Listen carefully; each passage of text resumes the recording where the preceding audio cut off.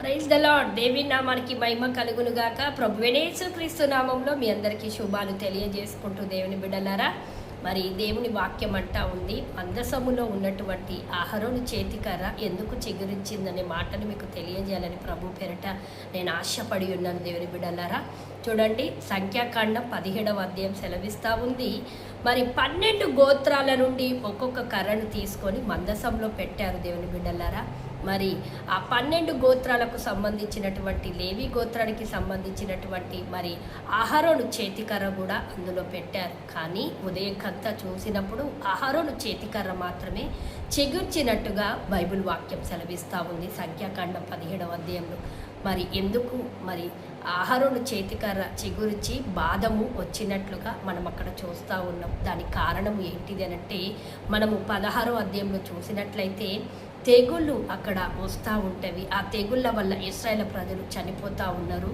మరి మోషే చెప్పారు అహరోనుకు ఏమని అంటే, ధూపనార్తిని పట్టుకొని నీవు తెగుళ్లకు మరి చచ్చిపోయిన వారికి బ్రతికున్న వారికి మధ్యలో నువ్వు నిలబడు అన్నాడు. ఎప్పుడైతే ఆ మోషే చెప్పినటువంటి మాటను తీసుకొని అహరోను నిలబడిపోయాడో మరి ఆ తెగుళ్ళు ఆగిపోయినట్టుగా మన ప్రభు పేరట చూస్తూ ఉన్నాం. దేవుని బిడ్డలారా, నేను చెప్పాలనుకున్న మాట ఏంటిదనంటే, ధూపార్తి దేనికి సూచన అంటే ప్రార్థనకు సూచన. దేవుని బిడ్డలారా, నీ పరిస్థితిలో మీరు జీవంగానే ఉంటూ చచ్చిపోయిన స్థితిలో మీరు ఉన్నట్లయితే, మరి లేమి స్థితిలో మీరు ఉన్నట్లయితే దేవుని వాక్యం సెలవిస్తూ ఉంది, మీ ప్రార్థనను పట్టుకొని మీ ప్రార్థనతో దేవుని సన్నిధిలో నువ్వు నిలబడినట్లయితే చిగురించబోతుంది మీ జీవితము.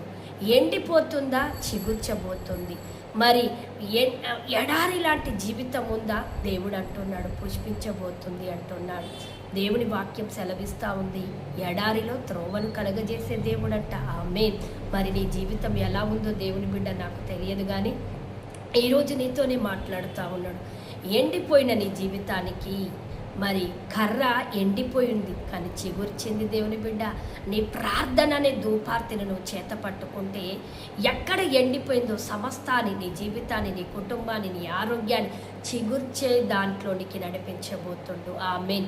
ఈ మాటను నువ్వు తీసుకొని విశ్వాసములో ప్రార్థనలో నువ్వు ముందుకు కొనసాగినట్లయితే నీ లైఫ్ ఈ దినము నుండి చిగురు పెట్టబోతుంది. ఆమేన్. దేవుడి మాటను దీవించి ఆశీర్వదించునుగాక. ఆమేన్.